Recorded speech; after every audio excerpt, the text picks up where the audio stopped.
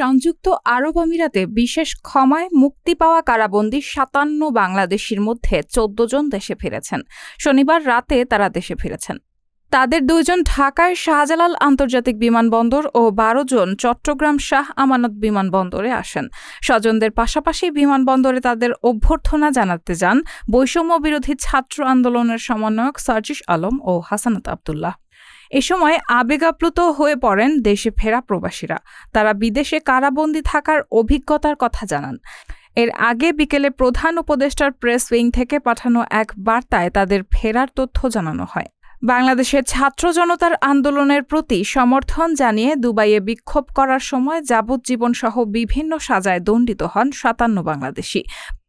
পরে অন্তর্বর্তীকালীন সরকারের প্রধান উপদেষ্টা ড ইউনূসের অনুরোধে তাদের ক্ষমা করেন সংযুক্ত আরব আমিরাতের প্রেসিডেন্ট শেখ মোহাম্মদ বিন জায়েদ আল নাহিয়ান। একই সাথে দ্রুত তাদের দেশে ফেরত পাঠানোর নির্দেশনাও দেন তিনি। রায়হানা মুন, সবার কথা।